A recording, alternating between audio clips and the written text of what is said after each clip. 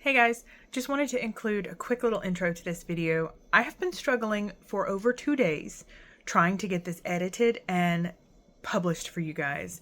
I've had audio issues, I have had video save issues, I have gone back and forth between both of my computers trying to get this edited. It's just been kind of crazy. So apologies in advance for it taking so long for this to come out. And you're going to hear me talk about, I need a better recording schedule. I need a better upload schedule. I do, and I'm working on that.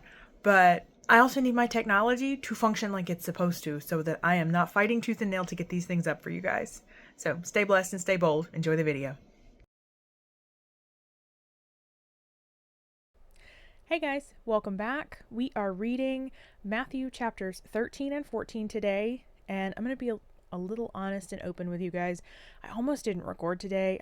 I almost just put up a note saying, I'm under the weather, I'm not feeling well, I'm not going to record, we'll get back at it tomorrow, but I don't want to do that. I want to push through, I want to get this up, and I also want to try to develop a better schedule for recording and editing, so hopefully I will be able to do that and more. Today we're just going to focus on reading Matthew chapters 13 and 14. So let's go ahead and dive on in. That same day, Jesus went out of the house and was sitting beside the Sea of Galilee. But such large crowds gathered around him that he got into a boat and sat there, positioning himself as a teacher, while the whole crowd stood on the shore. He told them many things in parables, saying, "Listen carefully. A sower went out to sow seed in his field. And as he sowed, some seed fell beside the road between the fields, and the birds came and ate it. Other seed fell on the rocky ground, where they did not have much soil, and at once they sprang up because they had no depth of soil.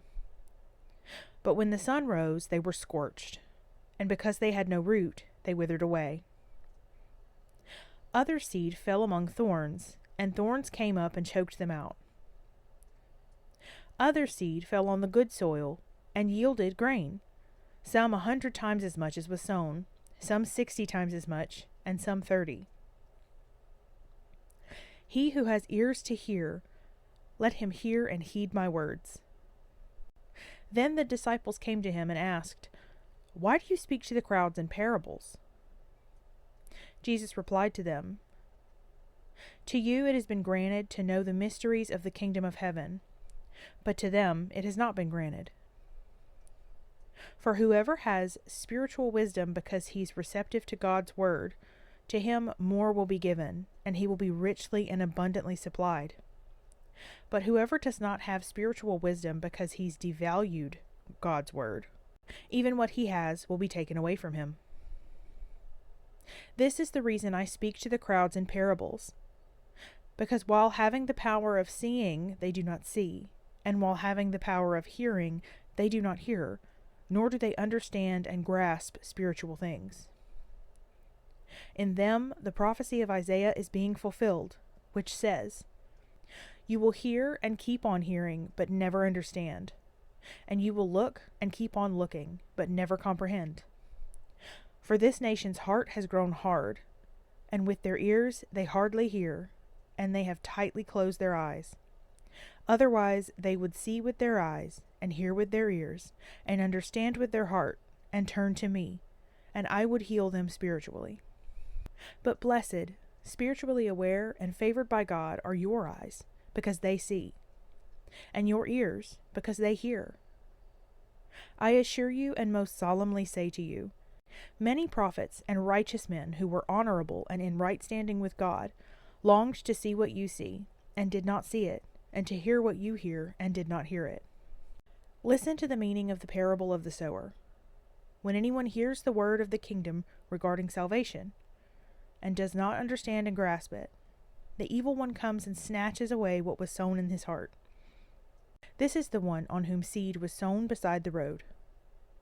The one on whom seed was sown on rocky ground, this is the one who hears the word, and at once welcomes it with joy, yet he has no substantial root in himself, but is only temporary.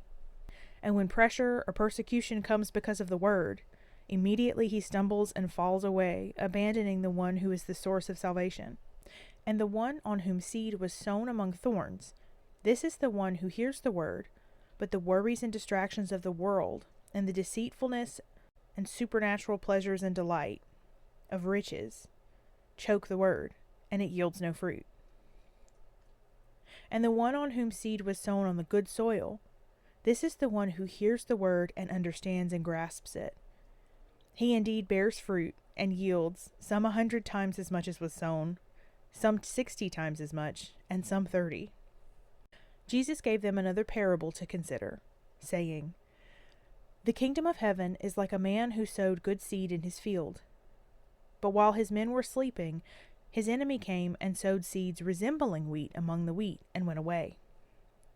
So when the plant sprouted and formed grain, the weeds appeared also. The servants of the owner came to him and said, Sir, did you not sow good seed in your field? Then how does it have weeds in it? He replied to them, An enemy has done this. The servants asked him, Then do you want us to go and pull them out? But he said, No, because as you pull out the weeds, you may uproot the wheat with them. Let them grow together until harvest, and at harvest time I will tell the reapers, First gather the weeds and tie them into bundles to be burned, but gather the wheat into my barn. He gave them another parable to consider, saying, The kingdom of heaven is like a mustard seed, which a man took and sowed in his field. And of all the seeds planted in the region, it is the smallest, but when it has grown, it is the largest of the garden herbs and becomes a tree, so that the birds of the air find shelter in its branches. He told them another parable. The kingdom of heaven is like leaven, which a woman took and worked into 3 measures of flour, until all of it was leavened. All these things Jesus said to the crowds in parables, and he said nothing to them without using a parable. This was to fulfill what was spoken by the prophet. I will open my mouth in parables. I will utter things unknown and unattainable that have been hidden from mankind since the foundation of the world. Then he left the crowds and went into the house. And his disciples came to him, saying, Explain clearly to us the parable of the weeds in the field. He answered, The one who sows the good seed is the Son of Man, and the field is the world. And as for the good seed, these are the sons of the kingdom, and the weeds are the sons of the evil one. And the enemy who sowed them is the devil, and the harvest is the end of the age, and the reapers are angels. So just as the weeds are gathered up and burned in the fire, so it will be at the end of the age. The Son of Man will send out his angels, and they will gather out of his kingdom all the things that offend, those things by which people are led into sin, and all who practiced evil, leading others into sin, and will throw them into the furnace of fire. In that place there will be weeping over sorrow and pain, and grinding of teeth over distress and anger. Then the righteous, those who seek the will of God, will shine forth, radiating the new life, like the sun in the kingdom of their Father. He who has ears to hear, let him hear and heed my words. The kingdom of heaven is like a very precious treasure hidden in a field, which a man found and hid again. Then in his joy he goes and sells all he has and buys that field, securing the treasure for himself. Again, the kingdom of heaven is like a merchant in search of fine pearls, and upon finding a single pearl of great value, he went and sold all that he had and bought it. Again, the kingdom of heaven is like a dragnet, which is lowered into the sea, and gathered fish of every kind. And when it was full, they dragged it up on the beach. And they sat down and sorted out the good fish into baskets, but the worthless fish they threw away. So it will be at the end of the age. The angels will come and separate the wicked from the righteous, and throw the wicked into the furnace of fire. In that place there will be weeping over sorrow and pain, and grinding of teeth over distress and anger. Have you understood all these things in the lessons of the parables? They said to Jesus, Yes. And he said to them, Therefore every scribe who has become a disciple of the kingdom of heaven is like the head of a household, who brings out of his treasure things that are new and fresh, and things that are old and familiar. When Jesus had finished these parables, he left there, and after coming to Nazareth, his hometown, he began teaching them in their synagogue. and they were astonished, and said, "Where did this man get this wisdom and these miraculous powers? What is the source of his authority? Is not this the carpenter's son? Is not his mother called Mary? And are not his brothers James and Joseph and Simon and Judas? And his sisters, are they not living here among us? Where did this man get all of this wisdom and power?" And they took offense at him, refusing to believe in him. But Jesus said to them, "A prophet is not without honor, except in his hometown and in his own household." And he did not do any miracles there in Nazareth because of their unbelief. Now we're going into chapter 14. At that time, Herod Antipas, the tetrarch, who governed a portion of Palestine, including Galilee and Perea, heard the reports about Jesus, and said to his attendants, "This is John the Baptist. He has been raised from the dead, and that is why the miraculous powers are at work in him." For Herod had John arrested, and bound him, and put him in prison at the fortress of Machaerus, east of the Jordan, to keep him away, because of Herodias, the wife of his brother Philip. For John had said to him, "It is not lawful or morally right for you to have her living with you as your wife." Although Herod wished to have him put to death, he feared the people, for they regarded John as a prophet. But when Herod's birthday came, his niece Salome, the daughter of Herodias, danced immodestly before them and pleased and fascinated Herod, so much that he promised with an oath to give her whatever she asked. She, being coached by her mother Herodias, said, "Give me here on a platter the head of John the Baptist." The king was distressed, but because of his oaths, and because of his dinner guests, he ordered it to be given her. He sent and had John beheaded in the prison. His head was brought up on a platter, and was given to the girl, and she brought it to her mother Herodias. And John's disciples came and took away the body and buried it. Then they went and told Jesus. When Jesus heard about John, he left there privately in a boat, and went to a secluded place. But when the crowds heard of this, they followed him on foot from the cities. When he went ashore, he saw a large crowd, and felt profound compassion for them, and healed their sick. When evening came, the disciples came to him and said, "This is an isolated place, and the hour is already late. Send the crowds away so that they may go into the villages and buy food for themselves." But Jesus said to them, "They do not need to go away. You give them something to eat." They replied, "We have nothing here except 5 loaves and 2 fish. He said, "Bring them here to me." Then he ordered the crowds to sit down on the grass, and he took the 5 loaves and the 2 fish, and, looking up toward heaven, he blessed and broke the loaves and gave them to the disciples, and the disciples gave them to the people, and they all ate and were satisfied. They picked up 12 full baskets of the leftover broken pieces. There were about 5,000 men who ate, besides women and children. Immediately he directed the disciples to get into the boat and go ahead of him to the other side of the Sea of Galilee, while he sent the crowds away. After he had dismissed the crowds, he went up on the mountain by himself to pray. When it was evening, he was there alone. But the boat, by this time, was already a long distance from land, tossed and battered by the waves, for the wind was against them. And in the 4th watch of the night, between 3 and 6 a.m., Jesus came to them, walking on the sea. When the disciples saw him walking on the sea, they were terrified and said, "It is a ghost," and they cried out in fear. But immediately he spoke to them, saying, "Take courage, it is I. Do not be afraid." Peter replied to him, "Lord, if it is really you, command me to come to you on the water." He said, "Come." So Peter got out of the boat and walked on the water and came toward Jesus. But when he saw the effects of the wind, he was frightened, and he began to sink, and he cried out, "Lord, save me." Immediately Jesus extended his hand and caught him, saying to him, "O you of little faith, why did you doubt?" And when they got into the boat, the wind ceased. Then those in the boat worshipped him with awe-inspired reverence, saying, "Truly you are the Son of God." When they had crossed over the sea, they went ashore at Gennesaret. And when the men of that place recognized him, they sent word throughout all the surrounding district, and brought to him all who were sick.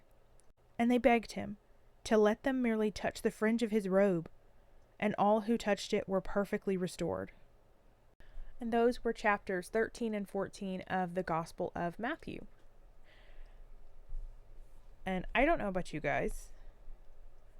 I don't think I've ever actually read the full chapter 14, where Jesus walked on the water and Peter went out to him. I've read snippets, obviously, and I've watched the episode of The Chosen that portrays that, which I believe that's the end. I think that's the end of season 3. I might be wrong. Beautifully done, once again. I do love that show, and for people who don't like it or say it's not 100% biblically accurate, or they just don't like it in general, that's okay. You don't have to enjoy everything that's made. And I do love that for me and for a lot of other people, it's encouraged them to pick up their Bibles and to read the gospel and to really see what was written about Jesus. But I do love the way The Chosen portrayed that. I also love this fun little tidbit. It was filmed in Shreveport, Louisiana. I'm originally from Louisiana. I'm not from Shreveport. I'm from central Louisiana. But I love that it was filmed on a set in Shreveport. Like that's just so interesting to me. It's one of the only places that was available that had a big enough water tank that would serve their purpose specifically for this scene. So that's really cool. I love that. And I know that's something silly to just enjoy, but if I had been in Shreveport that week, I could have run into him. And in chapter 13, there was a lot of Old Testament references once again. There were a few in chapter 14. I keep yawning. I am so tired. But there were quite a few in chapter 13, which of course they will be in the description box down below. And I hope I'm saying these names right. Like Herod Antipas, that's how I've heard it pronounced. It could be Antipas. I don't know. And then the Tetrarch, I know how to say that. And then it talks about he governed a portion of Palestine, including Galilee and Perea. I don't know if it's Perea or Perea. I'm not 100% on that. Also not 100% on Gennesaret. I do know, I was talking to my husband about Latin and Greek, and from his understanding, he took Latin in high school as his foreign language. From his understanding, when it's a G, it's the G sound, and when it's a J, it's the harder J sound, the J. So if you've heard it pronounced differently, leave a comment down below. Would love to know if I'm saying something wrong, or if I got it right. That'd be cool too. But yeah, it was 2 pretty short, but really profound chapters. I say pretty short. 14 was 36 verses, and I'd love to stop yawning. 13 was actually 58 verses, so that one was a little bit longer, but it was pretty smooth, so I didn't have much trouble reading it, which is a good thing. But yeah, 2 great chapters. We're a little bit further along. Chapter 14 is the halfway point of Matthew. Matthew has 28 chapters, so we are halfway there. And I'm excited to continue this journey with you guys, although I am going to go ahead and wrap it up here. I'm tired. I'm going to rest. I'm going to have something light for dinner, and I think I'm going to go to bed early because it's been a long few days. The weather has really wiped me out. Having to bundle up my dogs every time we go outside so that they can run and play and get their energy out has been quite a challenge. One dog loves to wear his sweaters. The other dog thinks she is too good for them. So it's been an exhausting few days, and I'm going to continue to record. I'm going to continue to edit and publish everything, but I'm also going to try to listen to my body, and I'm also going to try to do some things that I know will make me feel better in the long run. So, in the meantime, stay blessed, stay bold, and I'll see you in the next one.